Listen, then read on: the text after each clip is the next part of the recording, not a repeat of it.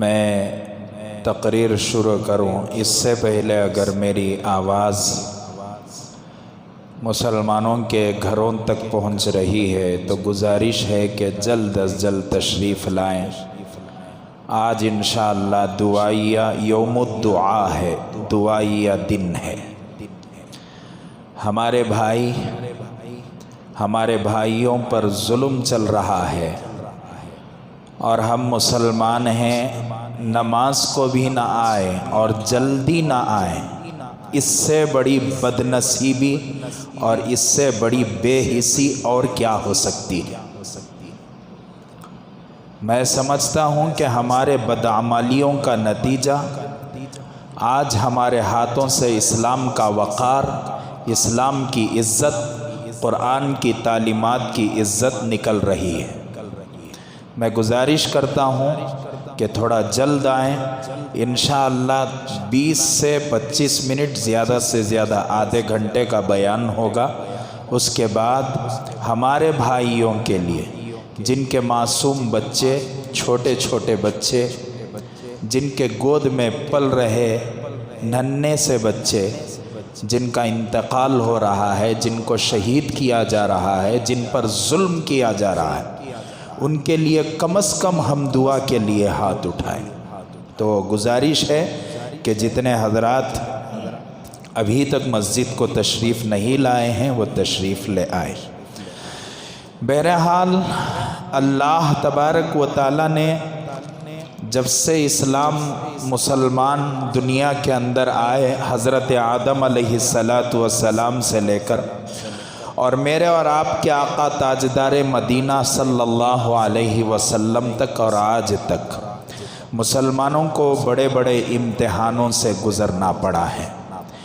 یہ اسلام ہے جو قربانیوں کو چاہتا ہے، قربانیوں کے بغیر یہ اسلام کا بقا نہیں ہو سکتا۔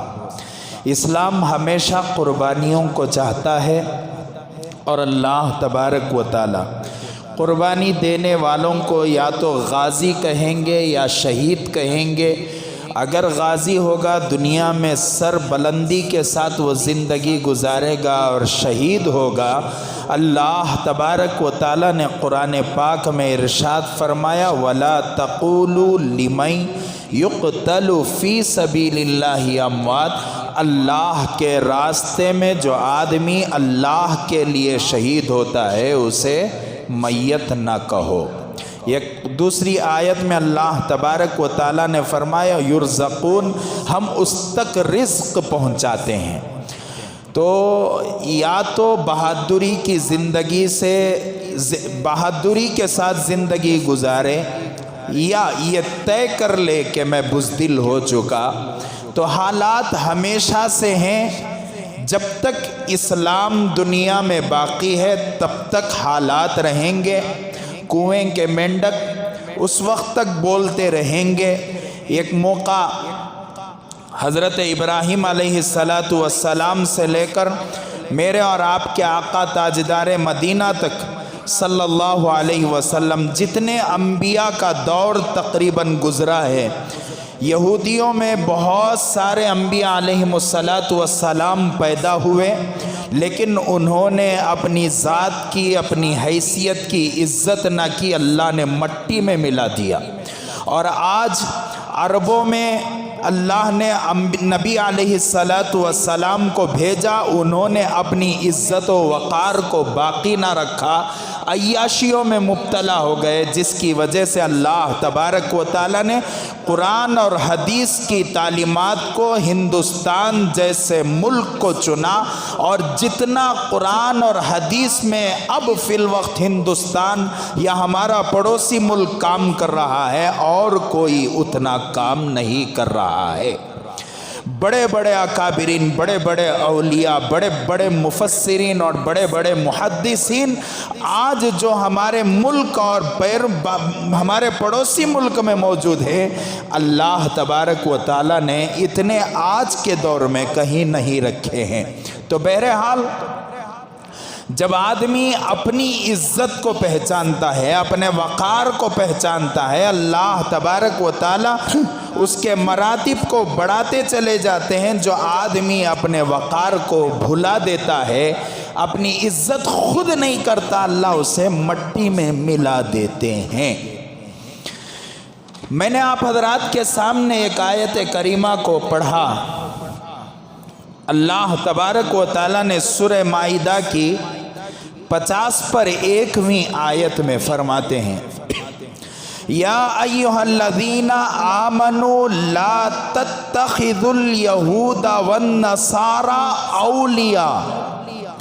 اے ایمان والو، اے مسلمانوں، اے رسول اللہ صلی اللہ علیہ وسلم پر ایمان لانے والو، کبھی یہود و نصارہ کے ساتھ دوستی نہ رکھنا، ان کے ساتھ رشتہ داری نہ رکھنا، ان کے ساتھ کسی بھی قسم کا تعلق نہ رکھنا۔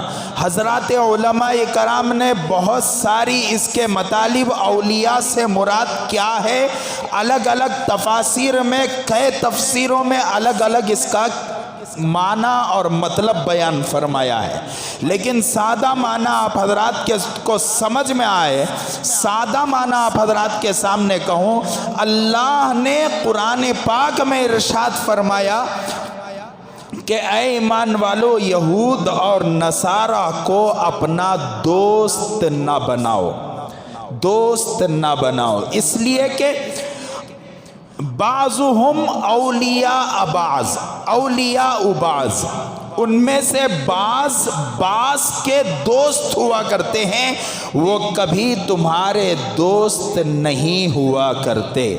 جب اسلام کے خلاف کی بات آتی ہے وہ متحد ہو جاتے ہیں، جب مسلمانوں کے خلاف بات آتی ہے وہ متحد ہو جاتے ہیں، وہ لوگ ایک ہو جاتے ہیں، قرآن کے خلاف وہ ایک ہو جاتے ہیں، محمد الرسول اللہ کے خلاف وہ ایک ہو جاتے ہیں، اسلام کے خلاف جو آج کا منظر ہم لوگ دیکھ رہے ہیں، برابر آج جو ہمیں دیکھ رہی ہیں، بعض جو اپنی آپ کی عزت نہ کرنے والے منافق قسم کے مسلمان ممالک، جو اب تک جن کی زبانوں سے آواز نہیں نکلی، چھوٹے چھوٹے بچوں کے جنازوں کو دیکھ کر ان کی آہ نہ نکلی، ہمارے پوری دنیا کے اندر اللہ تبارک و تعالیٰ نے مسلمانوں کو ایسی قوتیں عطا فرمائی، ایسی قوتیں آج بھی مسلمانوں کی موجود ہیں کہ مسلمانوں کے سود میں ممالک سپر پاور بن رہے ہیں،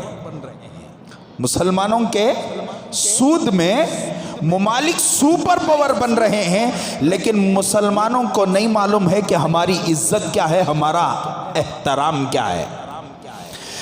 آج بھی پوری دنیا کی طاقت مسلمانوں کے ہاتھوں میں ہے۔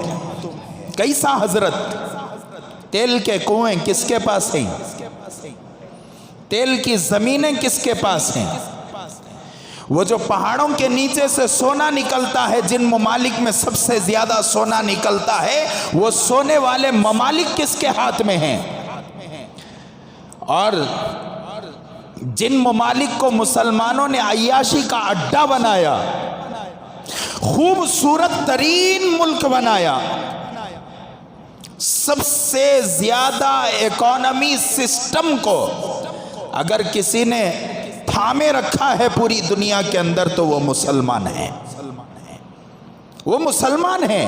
ہمیں معلوم ہونا چاہیے کہ مسلمانوں کے بغیر یہ دنیا نہیں ہے، آج بھی نہیں ہے۔ یہ باریکی کی بات میں آپ حضرات کو بتا رہا ہوں کہ مسلمان اس وقت بھی سپر پاور تھا، آج بھی سپر پاور ہے، لیکن مسلمانوں نے اپنی حیثیت کو کھویا، اپنے آپ کی عزت نہیں کی، تو اللہ تبارک و تعالیٰ نے مسلمان ممالک کے آنکھوں پر پردہ ڈال دیا اور ان کو بزدل بنا دیا۔ آج معصوم چھوٹے چھوٹے بچوں کو، چھوٹے چھوٹے بچوں کے جنازوں کو دیکھ کر کئی مسلمان ممالک کے دل میں رحم تک نہیں آ رہا ہے۔ اگر رحم آئے بھی تو وہ مسلمان ممالک کچھ نہیں کر سکتے، اس لیے کہ ساری باغ دور کافروں کے ہاتھوں میں اور یہودی اور نصرانیوں کے ہاتھوں میں، عیسائیوں کے ہاتھوں میں اپنی ساری باغ دور دے رکھی ہے۔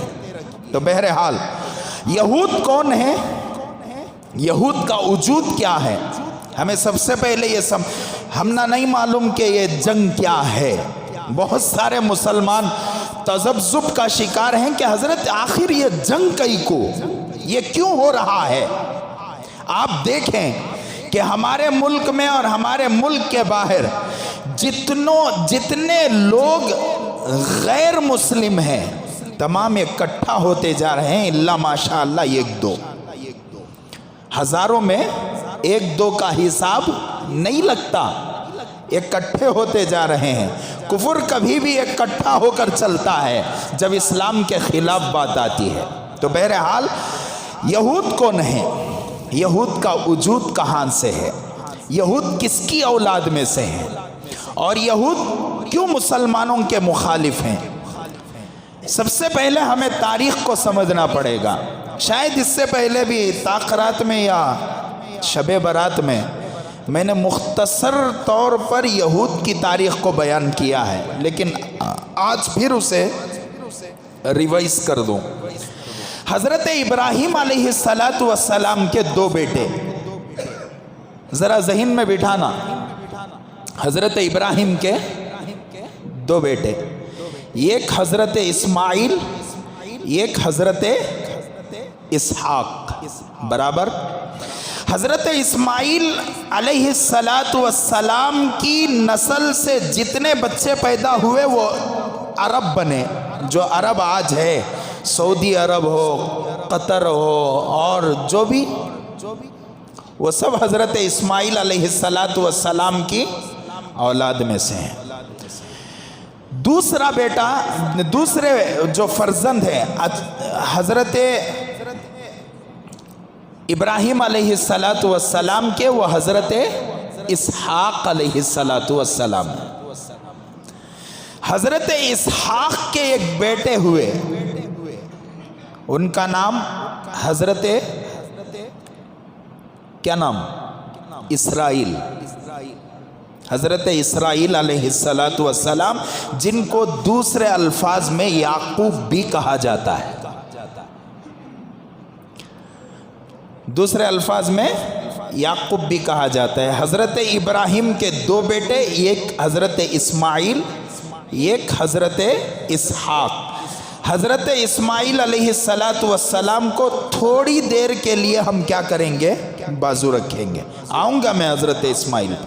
حضرت اسحاق علیہ السلام کو ایک بیٹے پیدا ہوئے جن کا نام حضرت اسرائیل علیہ السلام ہے، جن کا نام لے کر آج یہ ظلم ڈھایا جا رہا ہے. حضرت اسرائیل ظلم ڈھانے والوں میں نہیں تھے، وہ تو تکالیف کو برداشت کرنے والوں میں تھے.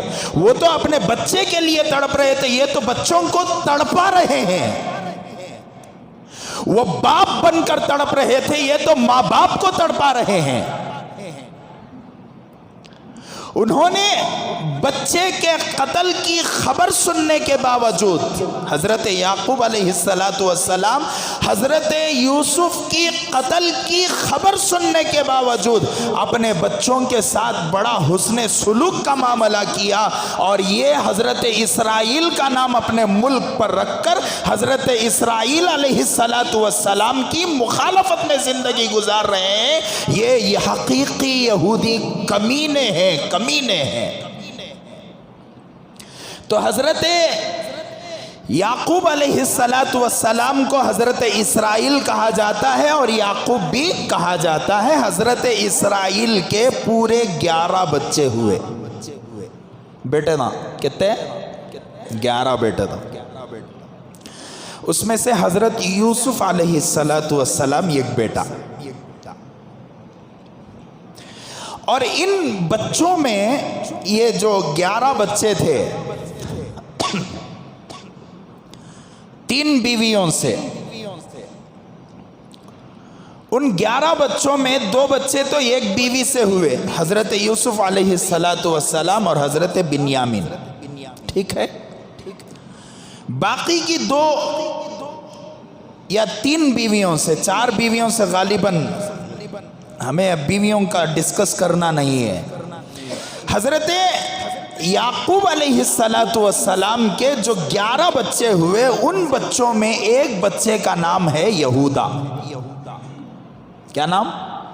یہودا، اس کی اولاد سے جتنے بچے پیدا ہوئے ان کو کہا جاتا ہے یہودی۔ ان کو کیا کہا جاتا ہے؟ حضرت اسرائیل علیہ السلام کے یہ 11 بچوں میں ایک حضرت بنیامین اور ایک حضرت یوسف علیہ السلام، ان دونوں کو چھوڑ کر 9 بچوں نے مل کر حضرت یوسف علیہ السلام کا قتل کرنا چاہا۔